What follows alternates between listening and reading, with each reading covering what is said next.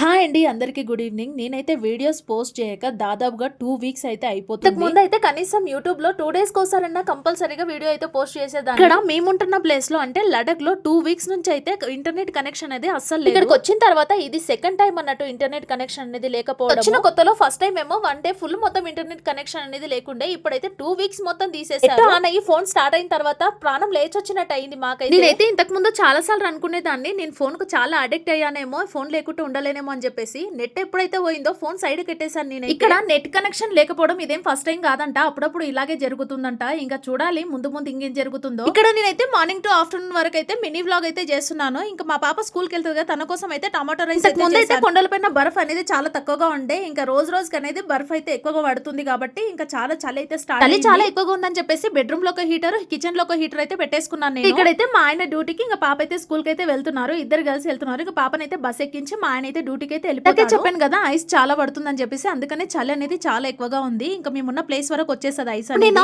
Afternoon lunch లోకి అయితే బోటి కర్రీ అయితే చేద్దాం అనుకుంటున్నాను. అందుకోసం అయితే ఇక్కడైతే ప్రాసెస్ అయితే స్టార్ట్ చేశాను. బోటి కర్రీ ఉడకడానికి దాదాపుగా 20 విజిల్స్ అయితే పెట్టుంటాను నేను. అయినా సరే ఉడకలేదు. మళ్ళీ పెట్టేశాను సాల్ట్ వేసేసి. సైడ్ కర్రీ వేసుకుని ఇంకో సైడ్ అయితే మళ్ళీ ఉడకడానికి అయితే పెట్టేశాను. ఇంకా అప్పుడైతే ప్రాపర్ గా అయితే ఉడికేసి, ఇక్కడ బోటిని కర్రీ లాగా కాకుండా ఫ్రై లాగా చేస్తున్నాను నేను. ఇంకా రైస్ లోకి చపాతీలోకి ఎట్లయినా బానే ఉంటది అని చెప్పి స్టార్టింగ్ లో ఒక కర్రీ అయితే చూపించాను కదా, అది వచ్చేసి నైట్ నేను టమాటో పీకిల్ అయితే పెట్టాను. అందుకోసం అని చెప్పేసి అదైతే ఒక డబ్బాలో వేసేసి అది బాండీలో మళ్ళీ మా పాప కోసము టమాటో రైస్ అయితే చేశాను. స్కూల్ నుంచి రాగానే ఇంకా తినడానికి ఏదో ఒక స్నాక్స్ ఉండాలని చెప్పేసి నేనైతే ఇప్పుడు ఫ్రూట్ సాలడ్ అయితే చేసేసాను. పిల్లలు డైరెక్ట్ గా ఫ్రూట్స్ తినమంటే అస్సలు తినరు. ఇంక ఇలా ఎక్కువ ఫ్రూట్స్ వేసి క్రీమ్ తక్కువగా ఉండేటట్టు చూసుకుంటే ఫ్రూట్స్ అనేవి. ఈ వీడియో కనుక మీకు నచ్చినట్లయితే లైక్ చేసి సబ్స్క్రైబ్ చేసి కామెంట్ చేయండి. Thank you for watching my video.